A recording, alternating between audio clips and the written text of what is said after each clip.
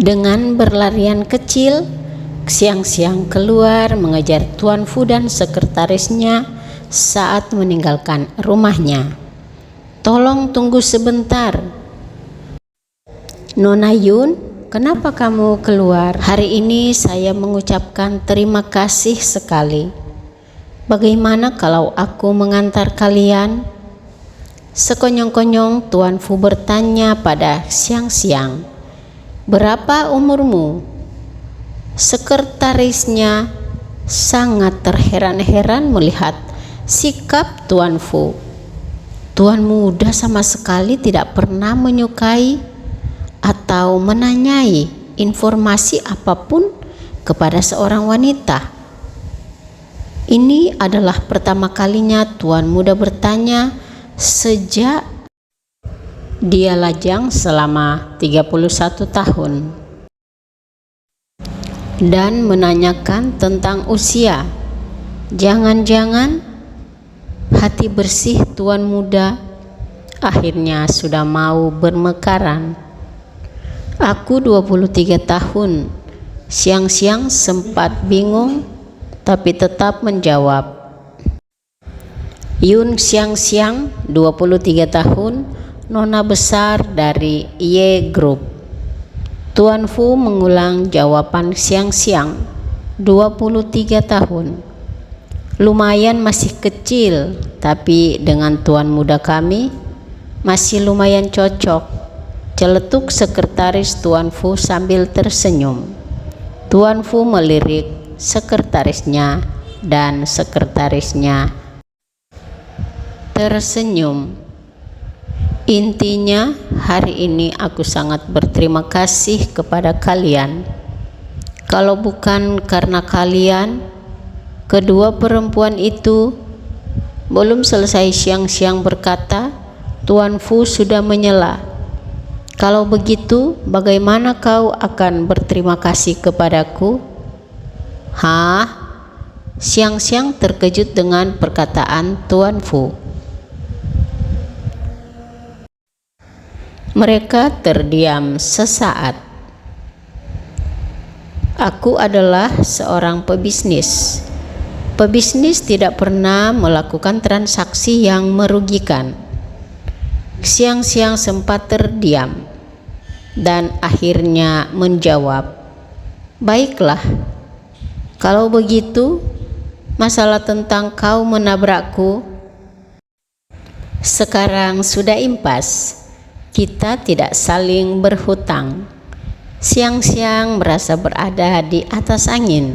Dia tersenyum. Tuan Fu sekilas tersenyum kecil. "Nona Yun, apa kau sudah lupa? Kau sendiri yang menabrakkan dirimu ke mobilku." Sekretaris Tuan Fu membenarkan.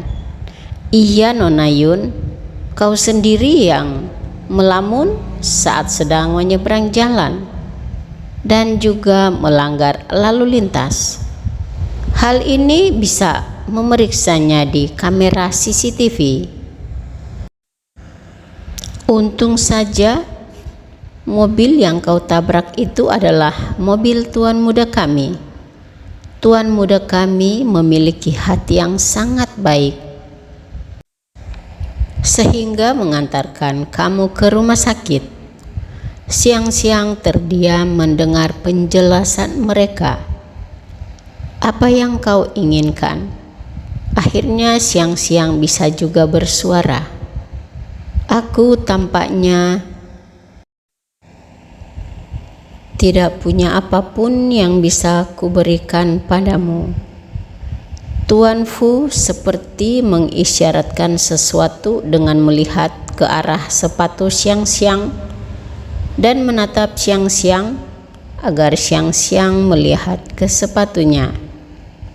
Dan saat siang-siang melihat ke arah sepatunya, dia terlonjak kaget, takut, dan tanpa sadar dia melompat ke arah Tuan Fu.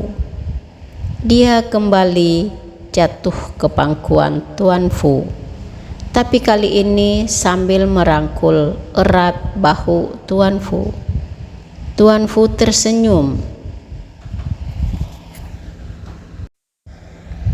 Kalau begitu, hutang budi saja dulu, Tuan Fu membisikkan ke telinga Xiang-Xiang.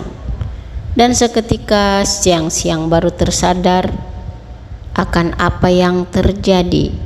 Dia merasa malu sekali. Xiang-Xiang bangun dan maafkan aku. Tuan Fu diam sambil tersenyum kecil. Sekali lagi Xiang-Xiang meminta maaf. Maafkan aku, maaf sekali.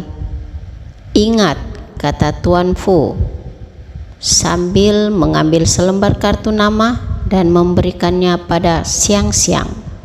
Kau yang berhutang budi padaku, kata Tuan Fu saat Xiang-Xiang menerima kartu nama itu.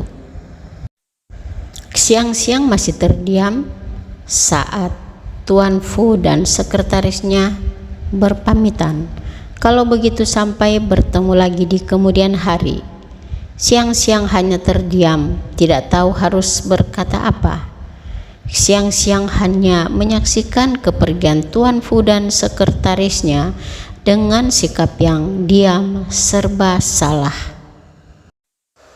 Sambil menatap kepergian mereka, Xiang-Xiang membaca kartu nama yang diberikan oleh Tuan Fu.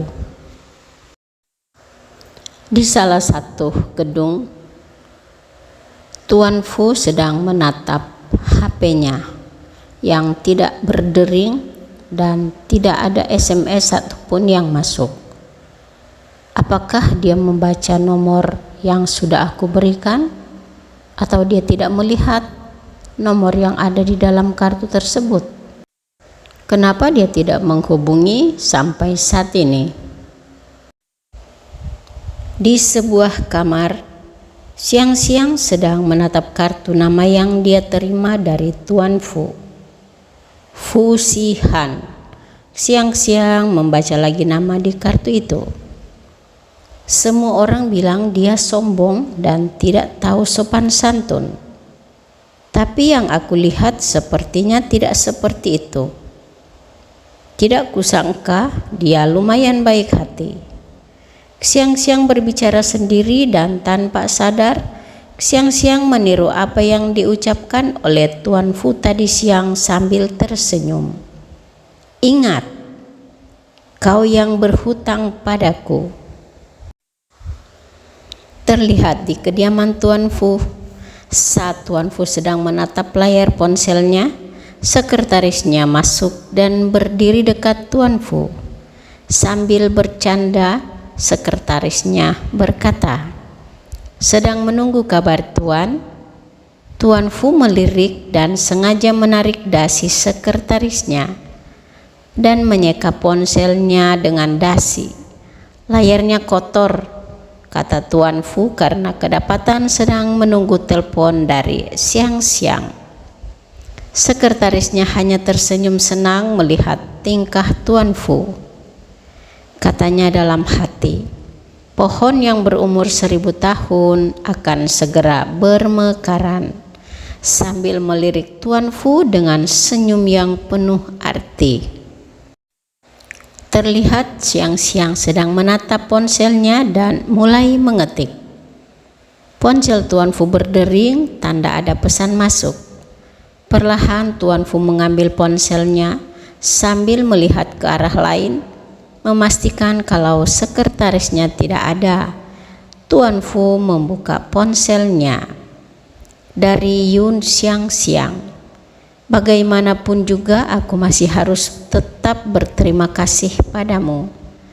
Kalau kau membutuhkanku untuk melakukan sesuatu, kau bisa menghubungiku kapan saja. Ini adalah nomor teleponku. Selamat malam. Itulah bunyi pesan dari Xiang-Xiang.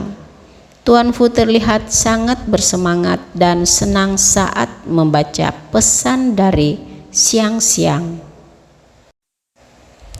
Tuan Fu tersenyum manis sambil berkata, lumayan imut. Di kamarnya Xiang-Xiang, dia juga tersenyum-senyum sendiri saat selesai mengirimkan pesan pada Tuan Fu. Di tengah kebahagiaannya, siang-siang mendengar percakapan dari kamar mamanya. Aku waktu itu masih terlalu muda, tidak hati-hati sampai melahirkan seorang anak. Dialah yang menggodaku. Aku juga tidak tahu harus bagaimana. Itu kan suaranya Paman Yun. Paman Yun adalah ayah tirinya, suami dari ibunya Siang-siang. Terima kasih sudah menonton video saya. Salam sehat dan bahagia selalu.